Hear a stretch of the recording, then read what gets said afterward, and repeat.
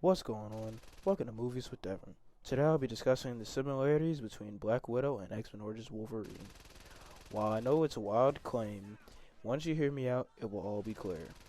Disclaimer: I like X-Men Origins Wolverine, but that is for another day. Final disclaimer: there will be spoilers for Black Widow and X-Men Origins Wolverine.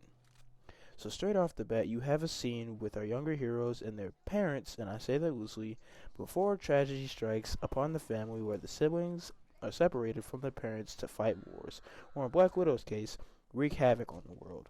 As soon as they're separated, they both have a montage on how they've grown throughout the years while the opening credits are rolling. Down to the plot, it's about the same.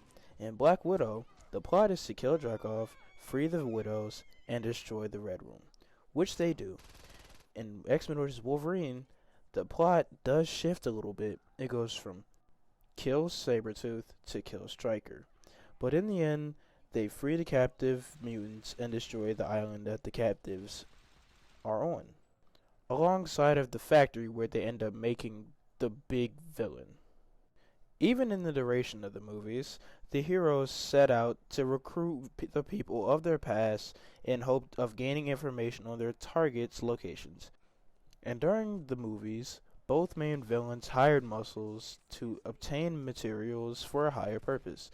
In Sabretooth's case, it's mutants to use their powers for the movie's renditions of Deadpool, which we will get back into.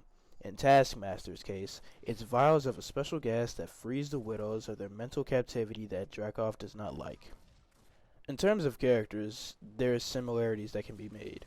Obviously, Black Widow is Wolverine because it's their respective movies. Melina is surprisingly Gambit. The hero goes to these characters for a location on the villain, which they deliver on. Dreykov is easily Stryker.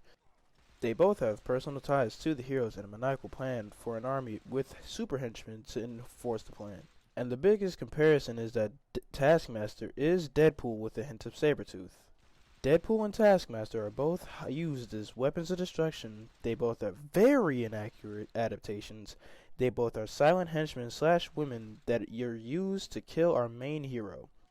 Deadpool is the merc with the mouth who kills and cracks jokes constantly, and X-Men Origins made him a silent computer-brained murder machine in the body of a dead Wade Wilson from the militant mutant team. Taskmaster is a snarky yet dangerous villain who is one of the best fighters in Marvel Comics, who also has a photographic memory which allows him to mimic all of his opponent's entire fighting styles, making him an ultimate threat.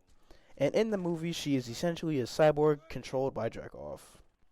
And those photographic abilities were placed with microchips. So yes, her fighting styles are from other fighters, but from highlight reels.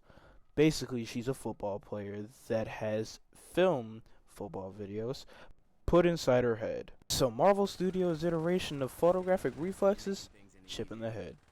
I also think that Taskmaster is Sabretooth because they both have a personal vendetta against the hero that were exploited by the main villain to get what they wanted in terms of their plan.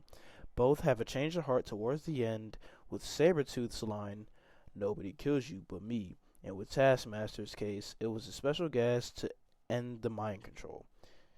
Even down to the final battle, these two are alike. After the hero retrieves a location, they go to a hidden base where the villain operates, find the villain, and there's a reveal that ties to the hero's past. In X-Men Origins' case, Stryker reveals that Kayla, Wolverine's girlfriend, is in fact alive, and works for him. In Black Widow's case, it is revealed that Taskmaster is Dreykov's supposedly dead daughter, that Natasha had killed in Budapest. So after they both free the victims of the villain and fight through this facility, which ends up blowing up in the end. After the battle ends, our main heroes part ways with their accomplices and find their own way. Quote from Origins.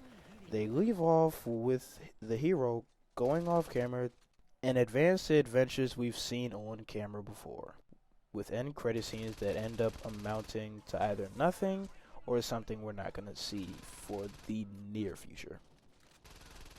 So this is the end of the video. If you enjoyed, please leave a like and a comment of what you think. And until next time, this is Movies with Devin. That's Rosario Dawson, 100%